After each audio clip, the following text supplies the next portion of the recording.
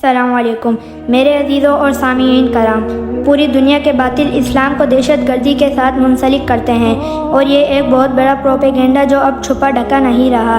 ہم مختصر سی تاریخ عام ہندو اور عیسائی و یہودی اور باقی مذہب کے سامنے پیش کریں گے کہ فیصلہ آپ کے ہاتھ میں۔ مختصر تاریخ یہ ہے کہ ہم آپ صلی اللہ علیہ وسلم کے دور کا مطالعہ کرتے ہیں تو یہ بات واضح روشن ہے۔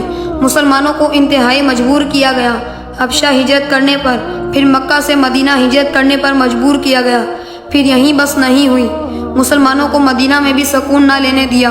6 سال تک مدینہ میں فوجیں آتی رہیں، نہ کہ مدینہ والے وہاں گئے۔ 6 سال تک پھر علاج ضروری تھا، جیسے اگر کسی کے ہاتھ پر مرض لگ جائے اور وہ دن بدن تجاوز کرے، ہاتھ سے کونی سے کندھے تک، آخر اس ہاتھ کو کاٹ دیا جاتا ہے۔ اسی طرح پہلے مسلمانوں کو مکہ میں تنگ کیا گیا، پھر حبشہ، پھر مدینہ، آخر مسلمانوں نے اپنے ہتھیاروں کو اٹھایا اور 8 سال بعد فتح مکہ کے لیے پہنچ گئے۔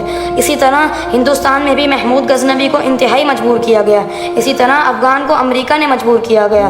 مختصر یہ ہے کہ مسلمانوں نے کبھی پہل نہیں کی۔